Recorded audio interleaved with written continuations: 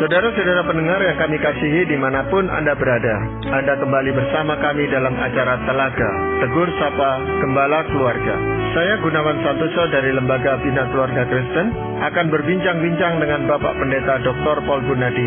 Beliau adalah seorang pakar dalam bidang konseling serta dosen di Seminari Alkitab Asia Tenggara, Malang. Perbincangan kami kali ini tentang kerikil dalam mengasihi istri. Kami percaya acara ini pasti bermanfaat bagi kita sekalian, dan dari studio kami mengucapkan selamat mengikuti. Judul perbincangan kita ini mungkin perlu kita perjelas kepada para pendengar kita. Apa sih yang Pak Paul maksudkan dengan kerikil di dalam mengasihi istri ini, Pak Paul?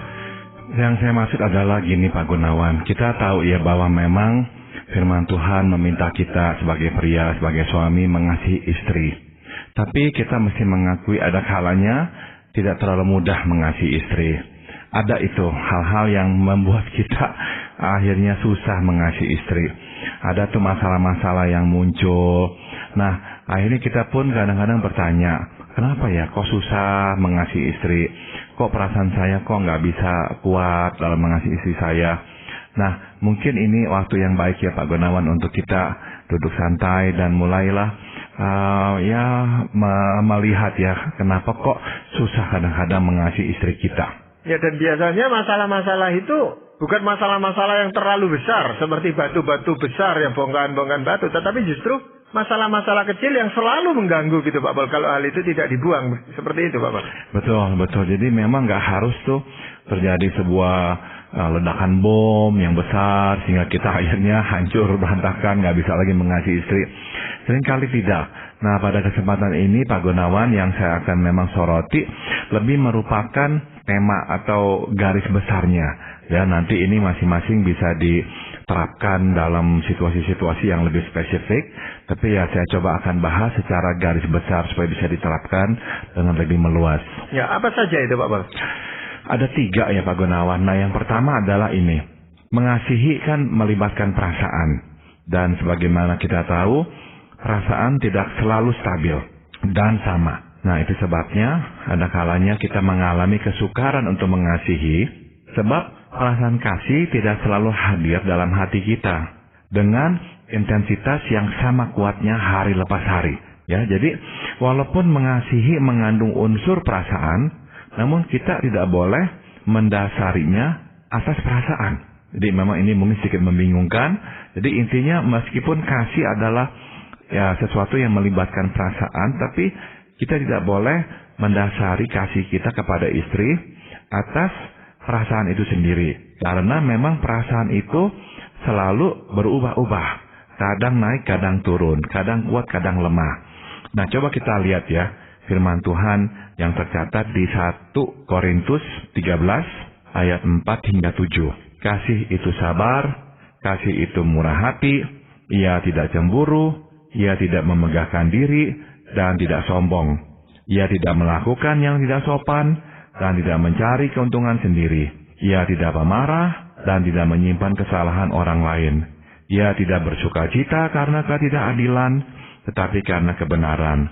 Ia menutupi segala sesuatu, percaya segala sesuatu, mengharapkan segala sesuatu, sabar menanggung segala sesuatu. Nah, waktu kita melihat penjabaran ini dengan cepat, kita dapat menyimpulkan bahwa kasih jauh melampaui ranah perasaan. Sebab bukankah misalnya ya sabar, murah hati, tidak cemburu dan lainnya merupakan sebuah sikap ya, sesuatu yang harus dipilih kemudian ditindaklanjuti. Nah, jadi daripada berkutat pada mengasihi, fokuskanlah pada menjadi sabar, menjadi murah hati, menjadi orang yang tidak pemarah, menjadi orang yang tidak menyimpan kesalahan orang, dan sebagainya. Sebab semua ini adalah sikap dan tindakan yang pada akhirnya menciptakan kasih, sekaligus menjadi buah nyata dari kasih itu sendiri. Padahal kalau kita tanyakan kepada pasangan yang mau menikah atau yang baru menikah, ditanyakan, kenapa atau alasanmu apa menikah dengan dia? Dia selalu berkata, ya saya cinta dia, saya mengasihi dia. Nah, apakah kasih yang diucapkan itu sama dengan apa yang dituliskan oleh Paulus kepada jemaat di Korintus? Tidak sama Pak Gunawan, sebab pada waktu ya kita melihat seseorang di pandangan pertama, kemudian berkata, waduh saya jatuh cinta kepadanya. Sebetulnya yang terjadi adalah kita menyukai apa yang kita lihat. Itu saja. Namun kita itu tuh seringkali ya menggunakan bahasa-bahasa yang lebih romantis, lebih muluk, sehingga berkata, wah ini cinta pada pandangan pertama. Sebetulnya yang terjadi hanyalah ya kita menyukai apa yang kita lihat. Mungkin penampilannya, mungkin cara dia berpakaian, cara dia bertutur. Kita menyukai apa yang kita lihat. Untuk benar-benar bisa berkata, kita mengasihi, memang sebetulnya kalau berdasarkan firman Tuhan, itu perlu diperlihatkan oleh sikap-sikap yang tadi yang Paulus sudah paparkan. Apakah kita kepadanya sabar? Kalau kita kepadanya tidak sabar, itu berarti tidak ada kasih. Sebab di dalam 1 Korintus pasal 13 Tuhan itu menjabarkan dimensi-dimensi kasih. Bahwa kalau ada kasih, maka akan ada kesabaran. Kalau ada kasih, maka akan ada murah hati. Kalau ada kasih, akan ada pengampunan sehingga tidak menyimpan kesalahan orang lain. Kalau ada kasih, tidak cepat memarahi orang, tapi lebih cepat memahami orang. Hal-hal seperti itu mesti ada. Barulah kita bisa mengklaim ada kasih. Jadi kalau orang baru kenal langsung berkata, saya mencintai kamu. Sebetulnya ya bukan. Dia hanyalah menyukai apa yang dilihatnya. Sebab yang dilihatnya itu tuh kebetulan sesuai dengan yang memang diidamkannya. Itu saja. Ya berarti untuk kasih itu betul-betul ada di antara hubungan mereka sebagai suami istri. Itu butuh waktu yang cukup lama dan harus dikerjakan dengan sungguh-sungguh gitu Pak Bos. Betul sekali. Jadi memang kasih seharusnya tuh dipandang lebih dari perasaan, tapi merupakan sebuah sikap. Sikap mau mengampuni, sikap mau bersabar, sikap mau untuk menghilangkan dendam, kesalahan. Semua itu adalah sikap. Ya, jangan bergantung pada perasaan. Jadi, kalau seseorang berkata, oh, saya tidak mengasihimu lagi. Kenapa? Sebab perasaan saya hilang. Perasaan bisa turun, bisa naik. Hari ini kita sakit gigi, mana bisa mikir-mikir kasih-kasih. Gigi kita sedang sakit, sekujur badan sakit, ya nggak mungkin mikirin mengasihi siapa. Itu tidak berarti tidak ada kasih. Sebab memang kasih melampaui perasaan. Ini sesuatu yang perlu dipahami oleh kita semua Pak Gunawan. Sebab saya tahu kadang-kadang orang terjebak di dalam masalah ini. Buru-buru mengklaim, memproklamirkan, tidak bisa lagi meneruskan relasi ini. Pernikahan ini sudah berakhir. Kenapa? Tidak ada lagi kasih dalam hati saya. Buktinya apa tuh tidak ada kasih? Kalau hanya menyoroti perasaannya, ya perasaan memang bisa turun naik. Ya, tapi sebaliknya jadi begini Pak Gunawan.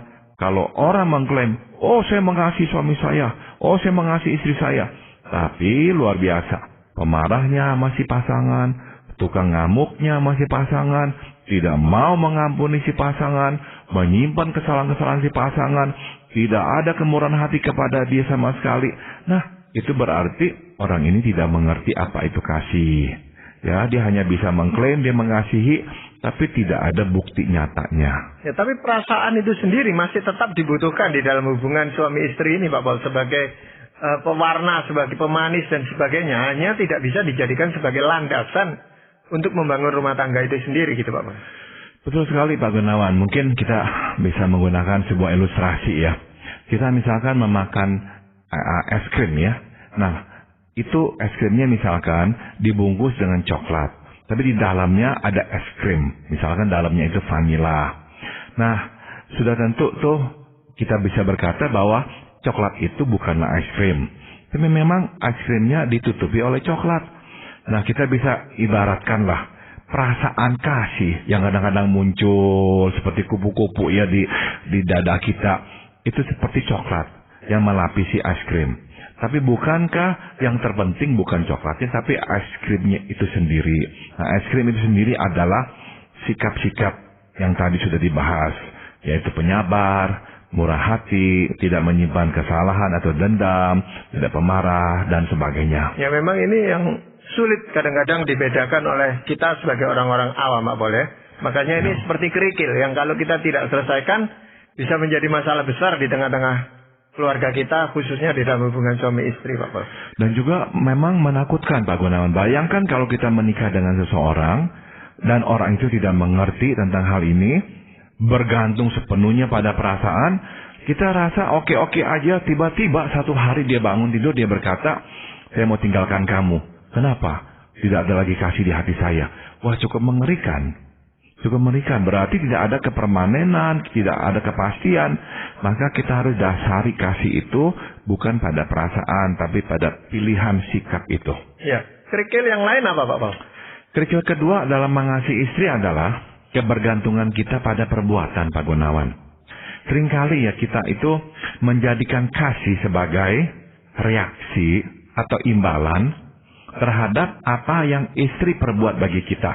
Nah, kita mengharapkan istri untuk melakukan hal-hal tertentu. Dan sewaktu ia melakukannya, hati menjadi senang. Dan kita pun berlaku baik kepadanya. Nah, kita memanggil respons ini kasih. Nah, coba ya kita lihat ya firman Tuhan tentang hal ini, Pak Gunawan. Bagaimanakah seharusnya kasih itu diberikan agar kita memperoleh kebenaran? Roma pasal 3 ayat 23 dan 24 berkata, karena semua orang telah berbuat dosa dan telah kehilangan kemuliaan Allah, dan oleh kasih karunia telah dibenarkan dengan cuma-cuma karena penebusan dalam Kristus Yesus. Karena semua orang telah berbuat dosa dan telah kehilangan kemuliaan Allah, dan oleh kasih karunia telah dibenarkan dengan cuma-cuma karena penebusan dalam Kristus Yesus. Nah, firman Tuhan menjelaskan bahwa kasih karunia Allah diberikan kepada kita, orang-orang yang telah berbuat dosa dan yang telah kehilangan kemuliaan Allah. Dengan kata lain, Pak Gunawan, sewaktu kita datang kepada Kristus, sesungguhnya tidak ada satupun hal baik yang dapat kita persembahkan kepadanya. Tidak ada. Kita semua orang berdosa dan telah kehilangan kemuliaan Allah. Namun, kasih karunia Allah diberikan kepada kita. Nah, dari sini dapat kita lihat bahwa kasih diberikan oleh Tuhan kepada kita tanpa melihat perbuatan. Nah, itu sebabnya kita pun tidak boleh ya membiarkan perbuatan istri mendikte kasih kita kepadanya. Kita mesti tetap fokus pada mengasihinya, yaitu apa? Bersikap sabar, bermurah hati, tidak mencari keuntungan sendiri, dan sebagainya. Terlepas dari perbuatannya. Nah, jangan kita menunggu ya sampai perbuatannya mencapai standar kita sebelum kita mengasihinya. Jangan. Sebaliknya, justru mulailah dengan mengasihinya. Oleh karena Tuhan mengasihi kita, maka akhirnya kita pun belajar mengasihi Tuhan. Jadi ya kita mesti berdoa agar istri kembali mengasihi kita dan melakukan perbuatan yang menyenangkan hati kita setelah atau bukan sebelum kita mengasihinya. Perbuatan di sini yang dimaksud perbuatan seperti apa misalnya, Pak Paul ya? Jadi kadang-kala kita terlalu bergantung pada perbuatan-perbuatan yang kita harapkan dari istri. Saya itu nggak menutup mata ya. Penting bahwa kita masing-masing mencoba melakukan hal-hal yang menyenangkan hati pasangan kita. Itu sudah tentu harus diusahakan sedapat-dapatnya. Tapi tetap saya mau mengembalikan esensinya mengasihi itu. Sebab memang yang kita pelajari dari firman Tuhan adalah Tuhan tidak menggantungkan kasih-Nya kepada kita atas dasar perbuatan kita. Kalau Tuhan mendasarinya atas perbuatan kita, sampai sekarang pun Tuhan tidak akan mungkin mengasihi kita sebab perbuatan kita selalu ada saja tuh yang mengecewakan Tuhan. Tapi kan kita tahu Tuhan mengutus Kristus untuk mati buat dosa-dosa kita sebelum kita dapat mempersembahkan apa-apa yang baik kepadanya. Nah, jadi kepada istri pun harus sama. Jangan tunggu istri itu tuh melakukan semua yang kita minta barulah kita berkata, saya akan mengasihimu. Oh, jangan. kita mesti menyalurkan kasih lewat sikap-sikap kita ya, yang tidak mencari keuntungan sendiri, yang bersabar kepadanya, yang murah hati kepadanya, yang tidak menyimpan kesalahan dia. Nah, kita mesti ya mengekspresikan semua sikap-sikap kasih itu kepada istri kita tanpa harus menunggu perbuatannya. Tapi kan kita itu baru bisa mengasihi, mengetahui orang itu mengasihi kita atau tidak, itu justru lewat perbuatan dia gitu Pak Paul. Kalau dia cuma ngomong itu kadang-kadang kan sulit untuk kita memahami. Tapi lewat perbuatan-perbuatan nyata, tindakan yang tertentu, yang rutin. Nah, kita tahu memang. Betul. Dan sebaliknya kita juga bisa melakukan hal itu kepada pasangan kita. Kita mau mewujudkan kasih kita itu lewat tindakan-tindakan nyata gitu. Bukan hanya lewat kata-kata gitu Pak.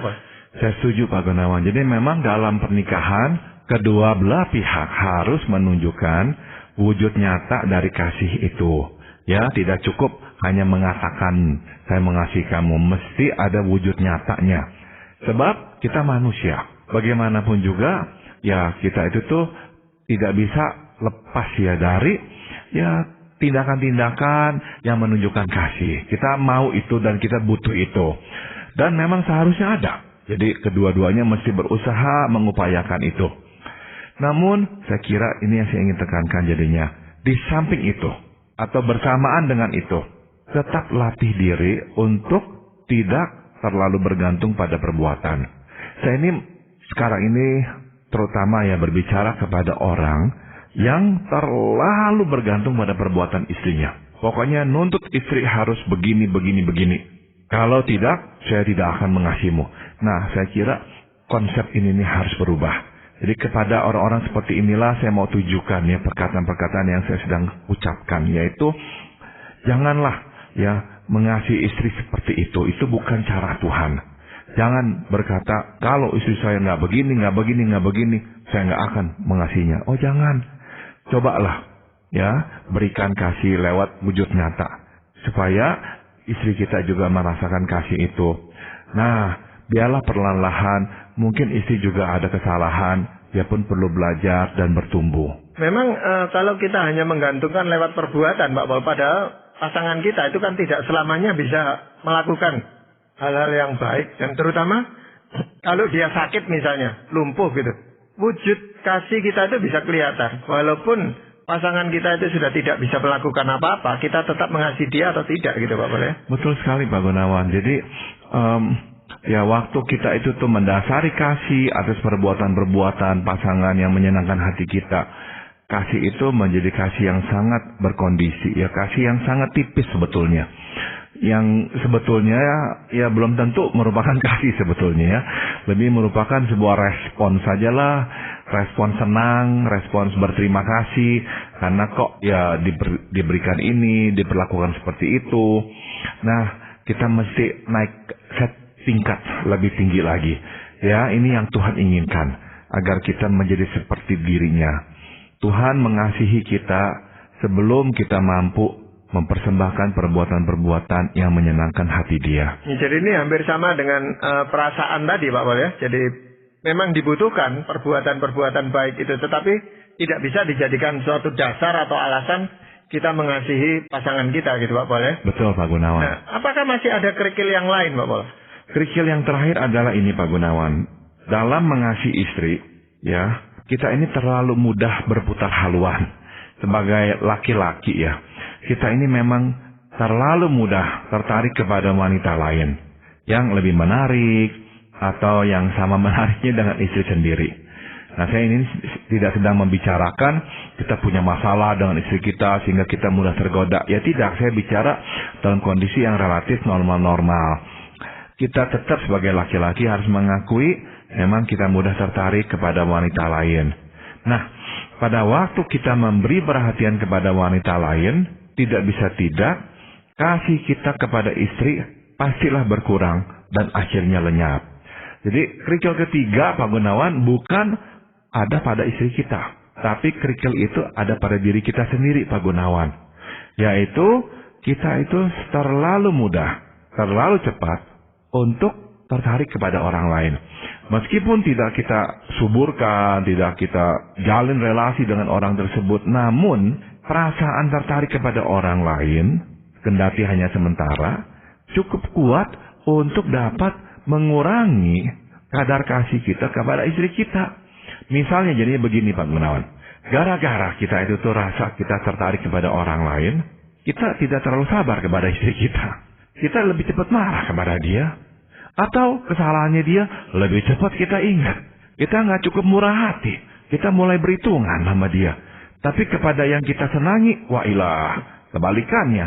Sangat murah hati, tidak memperhitungkan apa-apa, selalu siap berkorban. Nah, jadi kerikil yang ketiga yang saya ingin angkat justru adalah kerikil pada diri kita sebagai laki-laki. Hati-hatilah makanya dengan kecenderungan kita untuk tertarik kepada wanita lain. Apakah memang kaum pria ini seperti kita ini punya kecenderungan untuk cepat bosan gitu Pak?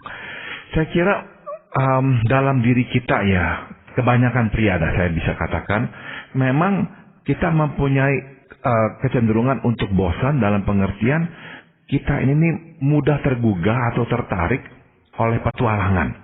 Sehingga kalau tidak ada unsur petualangan rutin biasa-biasa saja, lama-lama ada kecenderungan untuk jenuh.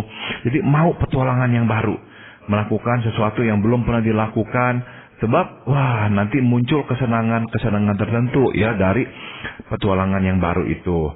Ya, sehingga kita akhirnya tuh seperti pengguna narkoba. Perlu suntikan-suntikan narkoba yang baru untuk bisa membangkitkan gairah hidup kita. Ya, nah juga kita sebagai laki-laki Pak Gunawan memang mudah terpikat oleh kecantikan dan mudah terangsang oleh penampilan sensual. Alhasil kita rawan ya menoleh pada wanita lain dan akhirnya cepat meninggalkan kasih semula. Ya, nah kita melihat mulai dari masa Musa sampai pada masa para nabi, Bani Israel selalu jatuh pada kesalahan yang sama, yaitu apa? Meninggalkan Tuhan dan menyembah ilah lain. Bagaimana ya disarikan pada Yeremia pasal 2 ayat 32. Dapatkah seorang dara melupakan perhiasannya? Atau seorang pengantin perempuan melupakan ikat pinggangnya? Tetapi umatku melupakan aku sejak waktu yang tidak terbilang lamanya. Jadi dalam relasi Israel dengan Tuhan terus berulang kesalahan yang sama, yaitu terpikat pada ilah-ilah lain dan meninggalkan Tuhan. Nah, saya kira kita mempunyai masalah yang sama sebagai laki-laki ya. Nah, kenapa kok ya orang-orang Israel itu begitu cepat dan begitu sering meninggalkan Tuhan Allah? Alasannya memang sederhana ya. Sebab mereka tertarik kepada ilah lain yang disembah bangsa-bangsa lain. Mereka berpikir bahwa ilah lain lebih dapat memberi mereka berkat dan perlindungan, serta lebih dapat memberi mereka kebebasan dan kebahagiaan. Nah, begitu juga lah dengan kita Pak Gunawan, terutama laki-laki ya. Kita pun lebih cepat menoleh kepada wanita lain karena kita beranggapan bahwa wanita lain lebih cantik daripada istri sendiri, lebih dapat memberi kita berkat dan kebahagiaan. Itu sebabnya lah kita mesti mawas diri. Kita harus menolak godaan untuk menghampiri dan membuat relasi intim dengan wanita lain. Sebaliknya kita mesti menggali relasi dengan istri sendiri. Sehingga dari relasi inilah keluar mata air berkat dan kepuasan. Sebenarnya masalah ini Pak Paul cukup dipahami oleh para istri itu Pak Paul. Para istri ini pun menyadari bahwa suaminya itu punya kecenderungan seperti itu. Tapi apakah hal itu menjadi semacam alasan sehingga suami itu melakukan perkara-perkara yang meninggalkan istrinya dan menoleh kepada wanita lain itu? Apakah hal ini menjadi semacam pembolehan gitu Pak Paul? Saya kira secara tidak langsung ada unsur itu Pak Gunawan, karena kebanyakan wanita akhirnya menerima lah ya bahwa ya inilah pria. Ya kan ada peribahasa atau kata-kata seperti ini, dikasih makan steak di rumah pun ngeliat ikan asin di luar tetap aja dilahap itu ikan asin. Nah, itu memang adalah sebuah konsep yang sudah dimiliki oleh banyak wanita. Jadi akhirnya tuh ada kecenderungan untuk ya udahlah, terimalah, udahlah toleransi. Nah, saya kira justru sebagai anak-anak Tuhan kita justru harus menggariskan sebuah garis yang jelas. Tidak bisa. Itu tidak boleh. Masalahnya bukan aku bilang tidak boleh. Masalahnya adalah Tuhan yang berkata itu tidak boleh.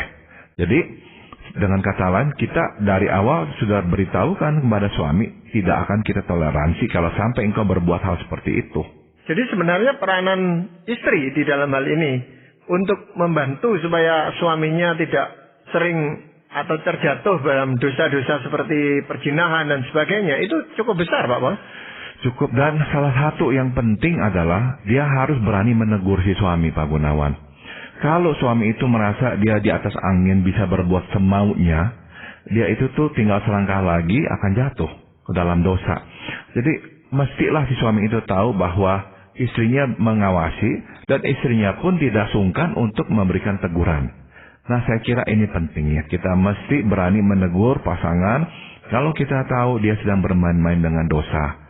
Nah, kita mesti ingatkan dia bahwa Tuhan melihat dia mengawasi perbuatannya dan bahwa nanti akan ada pertanggungjawaban yang Tuhan akan tuntut darinya. Jadi kita selalu ya kembalikan pasangan atau suami kita kepada Tuhan. Untuk bagian ini, Pak Paul, apakah ada firman Tuhan yang ingin Pak Paul sampaikan? Kita tahu Raja Salomo, Pak Gunawan, adalah seorang raja yang menikmati hidup sampai tetesan terakhirnya lah ya. Dia mempunyai kekayaan yang berlimpah ruah dan dia juga memang mengakui dia itu tuh beristrikan banyak. Dengarlah pengakuannya yang tercatat di Pengkhotbah 2 ayat 8 dan 11. Aku mencari bagiku yang menyenangkan hati anak manusia, yakni banyak gundik. Ketika aku meneliti segala pekerjaan yang telah dilakukan tanganku, lihatlah, segala sesuatu adalah kesia-siaan dan usaha menjaring angin.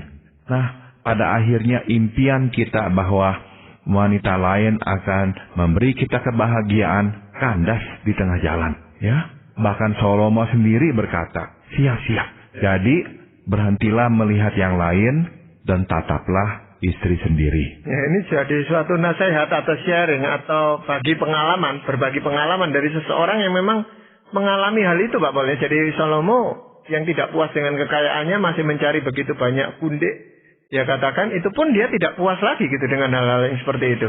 Pada akhirnya yang dia temukan adalah kesia-siaan atau kekosongan. Ya, jadi kerikil-kerikil seperti ini, Pak Paul, memang harus cepat-cepat dibuang dari tengah-tengah keluarga kita supaya keluarga ini bisa lebih solid gitu, Pak Paul ya.